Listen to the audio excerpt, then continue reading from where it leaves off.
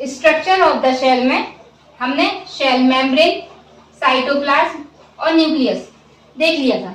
ठीक है, अब हमारा अगला है एंडोप्लाज्मिक रेक्टिकुलम। ये क्या है?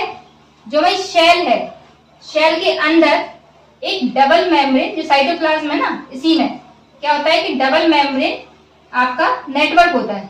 ठीक है, ये जो एंडोप्लाज्मिक रेक्टिकुलम है, ये क्या करता है? सेल को एक मैकेनिकल सपोर्ट देता है। मैकेनिकल सपोर्ट जैसे कि एक ह्यूमन बॉडी के जो बोन्स होती है, वो क्या करती है? उसको मैकेनिकल सपोर्ट देती है। ठीक है, सिमिलर वही काम सेल के अंदर एंडोप्लाज्मिक रेक्टिकुलम करता है। ठीक है, ये क्या करता है? सेल मेम्ब्रेन को न्यूक्लियस मेम्ब्रेन से कनेक्ट करता है। और ये 2 टाइप्स का होता है, एक तो rough endoplasmic reticulum and second is smooth endoplasmic reticulum. अब डिफरेंस क्या है इनमें? रफ एंडोप्लाज्मिक रेक्टिकुलम में क्या होता है? ये जो भी इसकी ये बोन्स जैसी दिख रही है आपको, जो इसको एक रिजिडिटी देती है, तो ये क्या करता है? यहाँ पे इसके साइड में क्या होते हैं? राइबोसोम्स आपके कनेक्ट रहते हैं, ऐसे इससे पास में, इसके इस तरीके से। ठीक है, तो जब ये चिपक जाते हैं तो इसको बोलते क्या? Rough endoplasmic reticulum. वहीं जहां पे जब ये नहीं होते हैं, ठीक है, जहां पे ये राइबोसोम्स नहीं पाए जाएंगे, तो उसको हम क्या कहेंगे? Smooth endoplasmic reticulum. तो बस यही है। ठीक है, तो एंडोप्लाज्मिक रेक्टिकुलम का मेनली काम क्या है? सेल को मैकेनिकल सपोर्ट देना। अगला है हमारा माइटोकॉन्ड्रिया। माइटोकॉन्ड्रिया क्या होता है? इसको हम power house of the cell भी कहते हैं। क्यों कहते हैं?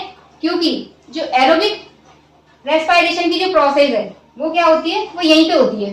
ठीक है, माइटोकॉन्ड्रिया क्या होता है? ये इस तरीके की स्ट्रक्चर होता है इसका।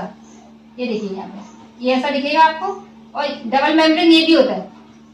इसके अंदर ऐसे ऐसे ऐसे ऐसे ये, और ये जो अंदर वाला, तो ये अंदर वाले का जो सरफेस एरिया रहता है, वो क्या रहता है? ज्यादा रहता है। ठीक है, ये दिख रहा है यहाँ पे। ठीक, अब ये सही से नहीं दिखाई दे रहा था, इसलिए मैंने आपको यहाँ पे बना के दिखाया। ये जो अंदर वाला, ये जो निकला हुआ ये दिख रहा है, फोल्डेड वाला पार्ट, इसको बोलते हैं क्रिस्टाई। ठीक है, और ये मैट्रिक्स टाइप का, तो ये क्रिस्टाई हो गया आपका, और ये हो गया मैट्रिक्स। ठीक है, तो इसको हम क्या कहते हैं? Power house of the cell कहते हैं, और साथ ही इसको energy currency of the cell भी कहते हैं। और इसका मेन काम क्या होता है? जो एरोबिक रेस्पिरेशन के बाद जो एनर्जी रिलीज हुई है, वो क्या करता है? इसको स्टोर करके रखता है। ठीक है, और साथ में रेस्पिरेटरी एंजाइम को भी सिंथेसिस करता है। थर्ड आता है आपका गोल्जी बॉडी। गोल्जी बॉडी क्या होता है? गोल्जी बॉडी आपकी जैसे डिस्क होती है बहुत सारी, उनको साथ में एक के ऊपर एक रख दो, ऐसे कनेक्ट कर दो, तो उसको क्या बन जाएगी? आपकी गोल्जी बॉडी बन जाएगी। इस टाइप का इसका शेप रहता है। और इसका मेनली काम क्या रहता है? इसका मेन काम रहता है छाटाबीटी का। छाटाबीनी होता है ना वो। ठीक है, जैसे कि जो भी है प्रोटीन और लिपिड्स कहाँ सेल को कहाँ पहुंचाने हैं, कौन से पार्ट को, तो ये क्या करता है? देखता है किसको देना है, किसको नहीं देना है। तो ये काम किसका रहता है? गोल्जी बॉडी का रहता है।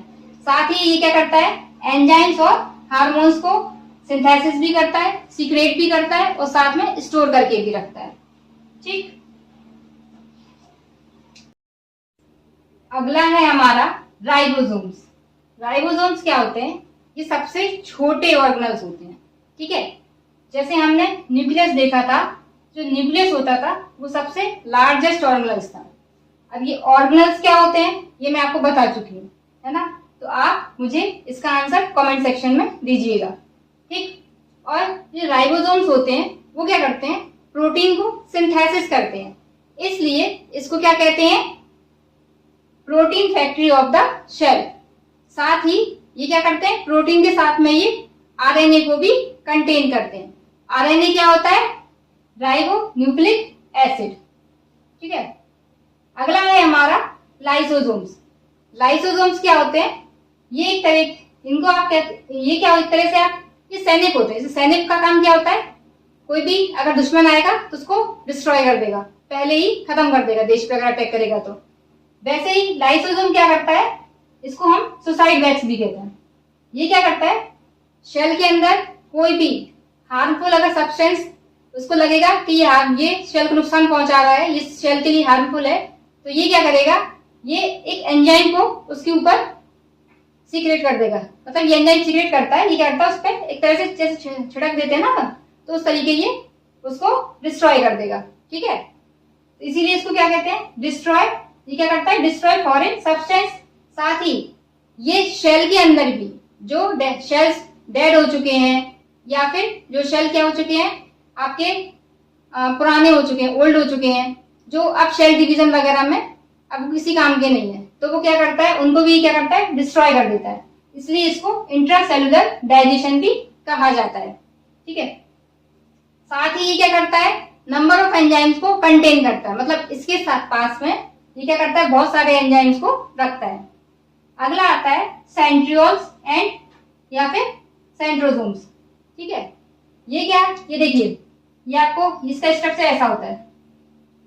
ये इसके अंदर ये जो ये और ये क्या है, ये सेंट्रियोल्स है। ठीक है, इसका काम क्या होता है, ये मेनली एनिमल शेल में होता है, और जो शेल डिवीजन होता है उसको ये क्या करता है, इनिशिएट करता है और रेगुलेट करता है। इनिशिएट यानी कि स्टार्ट करना, ठीक है, और रेगुलेट करना तो समझ रहे हो, उसको देखना। ठीक, तो रेगुलेट करता है और इनिशिएट करता है। साथ ही ये क्या करता है, जो स्पाइंडल फाइबर्स होते हैं और जो एस्टर्स होते हैं उनको क्या करता है, उनको भी फॉर्म करता है। अब ये फाइबर्स तो आप समझ ही रहे हैं, रेशे टाइप के, ये जैसे ये भी है, और एस्टर्स भी क्या होते हैं, ये जैसे आपके सेल डिवीजन में क्या होता है, ये इस तरीके के, ये एस्टर्स कहलाते हैं। ठीक है, तो इनको क्या करता है, ये फॉर्म करता है। अगला है हमारा न्यूक्लियोल्स। ये क्या होते हैं, न्यूक्लियस के अंदर एक और छोटा सा स्फीयर होता है, क्योंकि न्यूक्लियस क्या है, आपका स्फीयर है, तो इसके अंदर एक और छोटा सा क्या होता है, स्फीयर होता है। ठीक है, ये दिख रहा है ना, ये ऐसा। ठीक है, इसका मेन काम क्या होता है, राइबोसोम्स को ये क्या करता है, पहले तो अपने अंदर राइबोसोम्स को सिंथेसिस करता है, फिर राइबोसोम्स को डिक्टेट करता है ताकि क्या हो सके, प्रोटीन सिंथेसिस हो सके। तो ये प्रोटीन को सिंथेसिस करने के लिए राइबोसोम्स को डिक्टेट करता है। ठीक है, और ये साथ में क्या करता है, इसके लिए आरएनए को स्टोर करता है और फॉर्म भी करता है। अगला है हमारा क्रोमेटिन फाइबर्स। क्रोमेटिन फाइबर क्या होते हैं, ये जो न्यूक्लियस के अंदर ये जो आपके थ्रेड लाइक स्ट्रक्चर थे ना, समझा दिया था पहले ही, वही है। ठीक है, इनको ये क्या कहते हैं हम, ये होते हैं आपके क्रोमोसोम्स। ये क्या होते हैं, डीएनए के बने होते हैं, और मेनली ये क्या होता है, सेल डिवीजन के टाइम पे ये क्या करते हैं, क्रोमोसोम्स जो होते हैं कंडेंस्ड फॉर्म में मिलते हैं हमको इसमें। और इसका मेन काम क्या होता है, ये जो हेरिडिटी होती है ना, हेरिडिटी फीचर को क्या करता है, बियर करता है। हेरिडिटी फीचर यानी कि जैसे कि आपके ग्रैंडफादर के कुछ जीन क्या होंगे, फादर में आए होंगे, फादर के जीन बच्चे में आए होंगे, तो ये जो हेरिडिटी फीचर्स हैं उनको क्या करता है, ये बियर करता है, जिसको आप जीन्स कहते हैं ना, वही। फिर आता है आपका वैक्यूल्स। वैक्यूल्स क्या होते हैं, ये आपके फ्री स्पेस, मतलब स्पेस होता है, क्लियर स्पेस, साथ में इसमें क्या होता है, वाटर फिल होता है और कुछ सब्सटेंस भी होते हैं। ठीक है, तो ये प्लांट शेल में हमने देखा था, ये प्लांट शेल ऐसे होता था ना, तो ये कुछ इस तरीके के ऐसे दिखते थे, ये वैक्यूल्स थे। ठीक, और यहाँ पे ये इसको क्या कहते हैं, शेल शेप कहते हैं।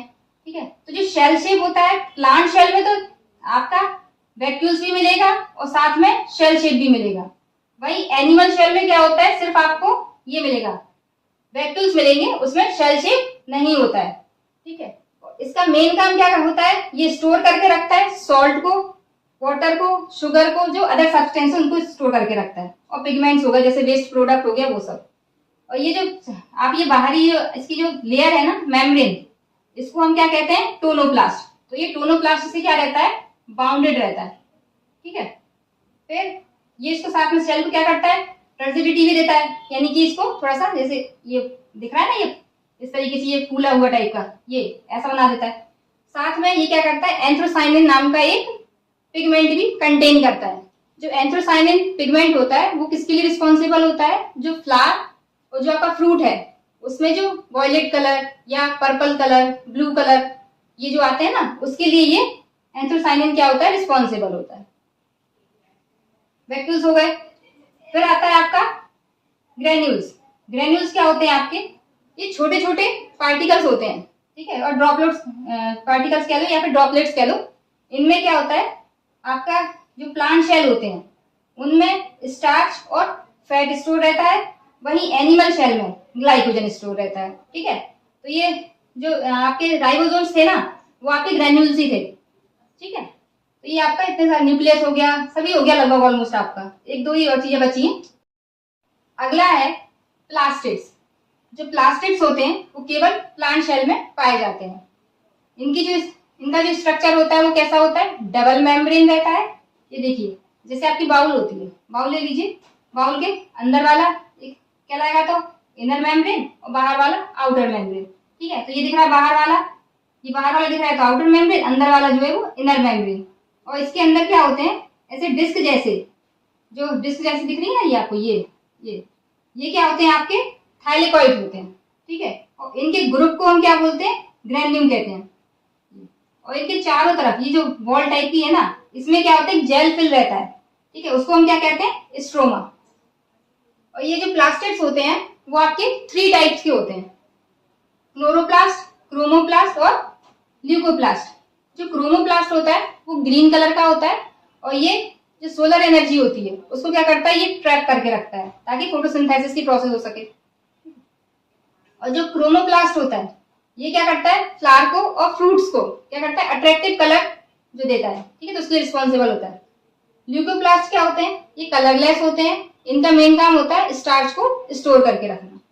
फिर कुछ पिगमेंट्स हैं, जैसे कि आपका ज़ैंथोफिल, ये क्या करता है, ये आपका येलो कलर के लिए रिस्पॉन्सिबल होता है। फिर आपका है कैरोटीन, कैरोटीन जो होता है वो रेड और ऑरेंज कलर के लिए रिस्पॉन्सिबल होता है।